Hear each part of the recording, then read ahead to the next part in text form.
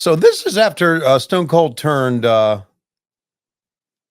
he hasn't turned heel yet, has he? Or No, he maybe. turned heel at the prior WrestleMania, but Okay. that didn't work out because Triple H wound up tearing his knee, and Triple H is back. Of course, he came Hmm. back in January, so he's now on the Collision course for the world title. Stone Cold is not happy with his position. He's going to wind up walking out of the company not too terribly long after this. It does feel like creatively we're not firing on all cylinders. To be clear, merch is flying off the shelves because they've Wow. got the Austin 316 shirt still. They've Right. got the NWO stuff now. Right. Shows are selling out, but the ratings are down, and no one can really figure out why at the time. But to me, it's because, well, the WWF had really positioned WCW to be sort of second tier. I mean, that's been established at this point now Right. because we've seen what we've seen with the invasion angle. So the NWO coming in now feels a day late and a dollar short, so to speak, Right. because we already know, hey, well, this is the quote unquote superior brand, and they're not booking it all that differently. Right. So instead of there being like Rock is going to be working with Hogan, we know that, Right. and Austin winds up working with Scott Hall, and they don't do anything with Kevin Nash at WrestleMania. My understanding is he was sort of the backup plan if, for whatever reason, Scott was not able to perform against Stone Cold. Hmm. And of course, Austin goes over, but it does feel like he's sort of lost in the shuffle.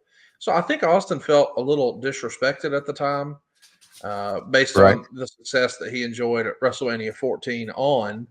He thought he'd be figured in a big way. So just wrestling somewhere in the middle of the card against Scott Hall maybe isn't exactly what he wanted. But I think a lot of people are curious, why did we never get Hogan Austin? I know that we went Hogan Rock, and it was epic. It was Hmm. legendary. It's a lot of wrestlers' favorite match just because of the crowd participation. Hmm. But why don't you think we ever saw Austin Hogan on a big stage, a SummerSlam, a WrestleMania, a Royal Rumble, that sort of thing? Could it be that neither one wanted to do it, or neither one could come to terms about doing it? A lot of times that comes into play. Do you think? I mean, if there was a discussion in 2002 as to who would win, that to me seems a little silly. Like it should definitely be Austin, right? Well, there should never be a discussion about who wins and who loses. Never. Yeah. Here's your winner. Every other week, you get a paycheck. You don't even have to go to your mailbox to get it. That's the signal. That's winning or losing. So it should never be about who wins and who loses. But what about my creative? Where are we going to go from here? Next Friday, you'll get a paycheck and you've signed a big contract. So you're still going to get paid. Oh, and by the way, we can even send you home and you won't work for a month. And guess what? You'll still get paid. Jesus Christ. I just don't get it. I think it's a long standing thing in wrestling. I think it's been throughout the years. It's called wrestler paranoia. Yeah. It's the feeling that if you lose, then you're going to lose your spot.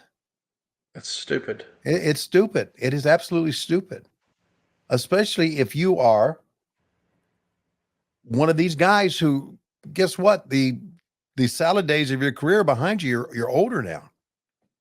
Just enjoy life, enjoy going out there and getting the pop. And, you know, uh, to me, as a fan, it's not winning or losing, it's having a good match. It's just having an entertaining match.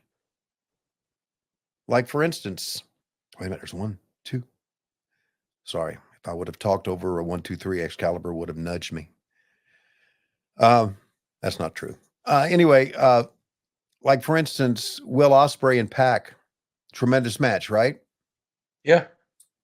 Will Ospreay goes over. Do you think it hurt Pac at all? Hell no. He looked great. He looked absolutely great. It's just ingrained in wrestling. It is from back in the old promoter days of payoffs. And of course, yeah, you had to be on top to get the big payoffs. So you worried about wins and losses. But in this day and age, you don't, but it's still there. It's still prevalent. I don't get it.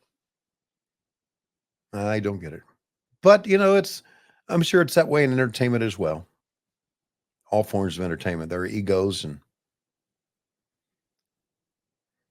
just Scott Hall's going to get the tag in here. Did you notice the tag when Hogan got in, the pop from the fans?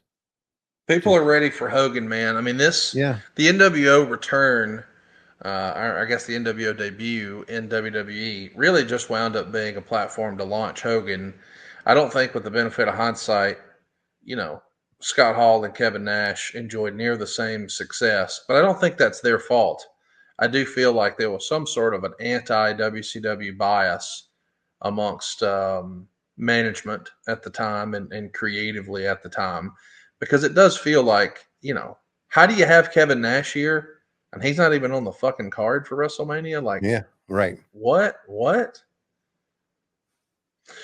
But, it is what it is. I mean, that WrestleMania, you talk about the way people talk about WrestleMania 17, they hold it in such high regard, like it's one of the best WrestleManias of all time. And I can't really argue with the success of the show. But then you followed up with X8, and it's like people talk about Hogan and Rock, but nobody talks about the main event with Triple H and Chris Jericho, or really almost any other match on the show besides the Arn run in and the Flair Undertaker match. So to see what happened between '01, when the company had been building storylines and matches and angles with competition, as bad as it may have been, WCW on the other channel, versus when they're left to their own devices and you're the only game in town, WrestleMania in '03 or '02 here was just not nearly as fun. Yeah. Who would have thought, too, all these years later, as we take a look at what's happening in the ring, that The Rock would be on the board of WWE, a major stockholder for WWE, and everybody else is really not doing anything with the company. Isn't that something?